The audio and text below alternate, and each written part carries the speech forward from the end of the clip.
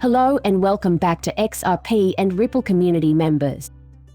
Let's talk about the impact a 2017 rumor about XRP's possible inclusion on Coinbase had on the cryptocurrency's price. Big developments once again emerged from India. Then to add insult to injury, there's that SEC announcement due at, 2-0. They are allegedly trying to ban stake, which is just a rumor but sounds sexy. All they're trying to do is shield the banks, and I'm going to explain why. Money deposited in a bank account typically earns interest after some time has passed. Unfortunately, you are unable to invest in a staking platform, which serves the same purpose. Send your cryptocurrency to the bank. At this point, the bank will function similarly to Uphold or Coinbase by giving customers their money back. The problem with that is, this is where I dive in. It has really irritated me. In that case, I'll be ready for ISO 20022 with C, PBO with SWIFT, and an XRP. A time will come when you least expect it to explode. For this reason, let's start the live coin watch immediately. We don't understand what it is we're seeing. Do we still have our eyesight? Okay, then. Bitcoin at $22,635. Theoretically, it should be around $1,630, so a drop of 2.5%. It has dropped nearly 3%. Both the U.S. and the U.S.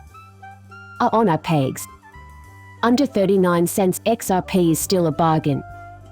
We just can't seem to get past the 4,243 cent mark. The 4,142 cent region is the actual barrier we must overcome. We simply cannot proceed until there has been no discernible change in the total market value of cryptocurrencies.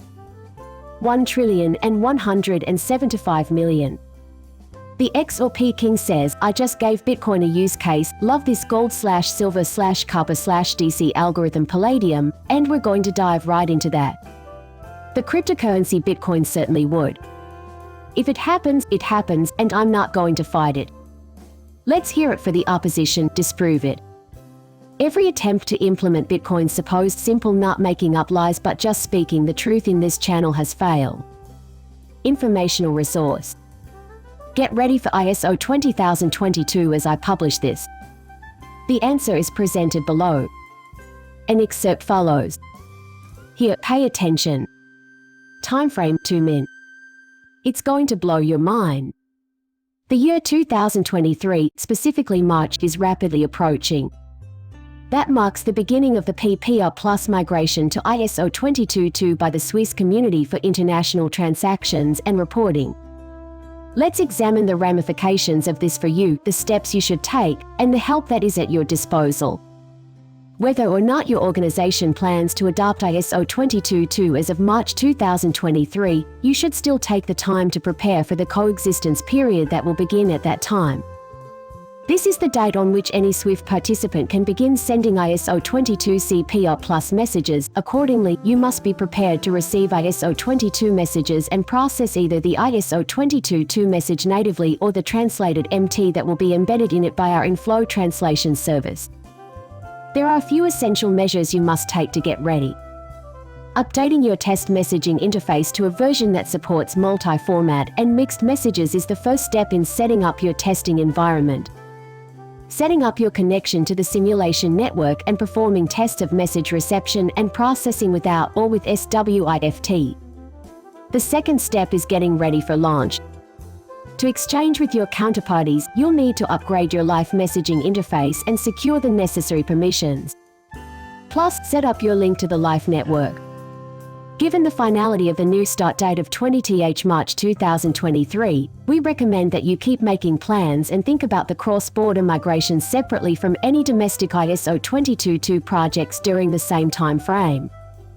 If you're unable to process payment instructions included in your correspondence in a timely manner, your business operations may be disrupted. We will keep helping our community get ready for the March 2023 launch of the transition to ISO 20022. Prepare for ISO 2224 BPR Plus with the help of the resources provided on our page. Discover the many specifics at this site. They told us in March, so there's no rush to find out everything. A transition towards this end is imminent.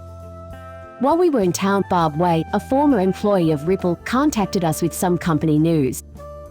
This is a monumental step because it will compel financial institutions to upgrade their infrastructure. This is great news for Ripple, as now that these financial institutions must upgrade, why wouldn't you go all the way to the top tier? It's kind of like when you get a new car, right? You could get the base model automobile or pay full price and receive no top model upgrade. Then why not combine Ripple and Delta? Inevitably, you will. Given that Ripple is in the business of trying to persuade banks and governments to upgrade their antiquated legacy systems, this is a huge step in the right direction. It just wasn't going to occur. However, ISO 20022 has made it mandatory for everyone to do so. What a fantastic piece of news. Then I posted this on Twitter. That XRP will go off when you least expect it, that much is certain. In 2017, it was taken to new heights by a coin-operated listening room. Chris added his 2 cents. Here it is, he says. What occurred in 2017 is highlighted in blue. After that, though, what happened? A rise to about $3.34. Runners typically begin at a starting wage of 25 cents. We'll refer to it as year 2025. Then it accelerated to a speed of 350. Another dramatic change like this is on the horizon. So this is why I've been on the pulpit for so long. Depending on how quickly the exchange listed and how much news was dropped about partners coming back on board like a MoneyGram, right, I want XRP to be as close to, if not above, its all-time high before we get an end to this lawsuit. I mentioned a 2-3-fold increase in DOE. I told you that if the price stays where it is now, the lawsuit will be resolved and we'll know whether XRP will be used, and that this should happen by the end of next month. Obviously, that's the case. In that case, XRP will cost you anywhere from 80 cents to $1.20. That has massive implications. You can multiply the previous record by 2 or 3 times. Does that equal 332? The object of our gaze is about $7. If you multiply that by 3, you're almost at $10 a page, though.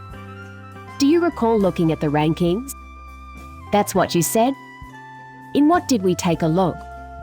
We watched as X hit the $10 threshold. Be mindful. Michael Bryant caution, be sensible out there. More than 5,000 shopkeepers.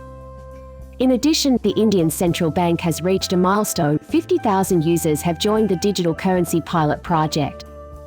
Not even the RBI's deputy governor has hinted that the government institution plans to slow down the project to prevent flooding or other unintended consequences. The answer is presented below.